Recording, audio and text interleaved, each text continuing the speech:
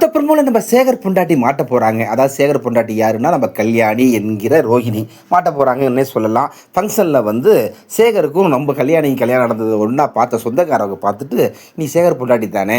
அப்படின்னு பேச போறாங்க.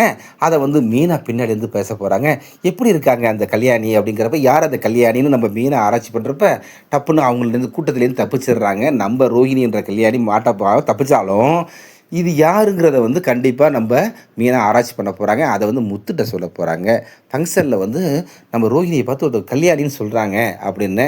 நான் இல்ல, அவங்க வந்து என்ன மாரியே ஒருத்தவங்க சொந்தக்காரவங்க இருந்திருக்கலாம். அதுக்காக அவங்க அப்படி சொல்லியிருக்கலாம் அப்படின்னு நம்ம ரோஹிணி சமாளிக்க தான் போறாங்க. இத வந்து சபையில வந்து முத்து வந்து கண்டிப்பா ஆராய்ச்சி பண்ற வேலைய ஆரம்பிக்கலாம் அப்படிங்கிற மாரிலாம் பேசத்தான் போறாரு. இதெல்லாம் ஒண்ணுமே கிடையாது அப்படின்னு சொல்லி சமாளிக்க தான் போறாங்க. டைரக்டர் கண்டிப்பா நம்ம ரோஹிணிய காப்பாத்த தான் போறாரு. இவன் வந்து பாவம் அப்படி, ஏன்னா அந்த கதையோட உயிரோட்டமே ரோஹிணி மாட்டுற வரலையும் தான் அது த்ரில்லிங்காக போகும். அதுக்கப்புறம் இதோட த்ரில்லிங்லாம் குறைஞ்சி போயிடும்.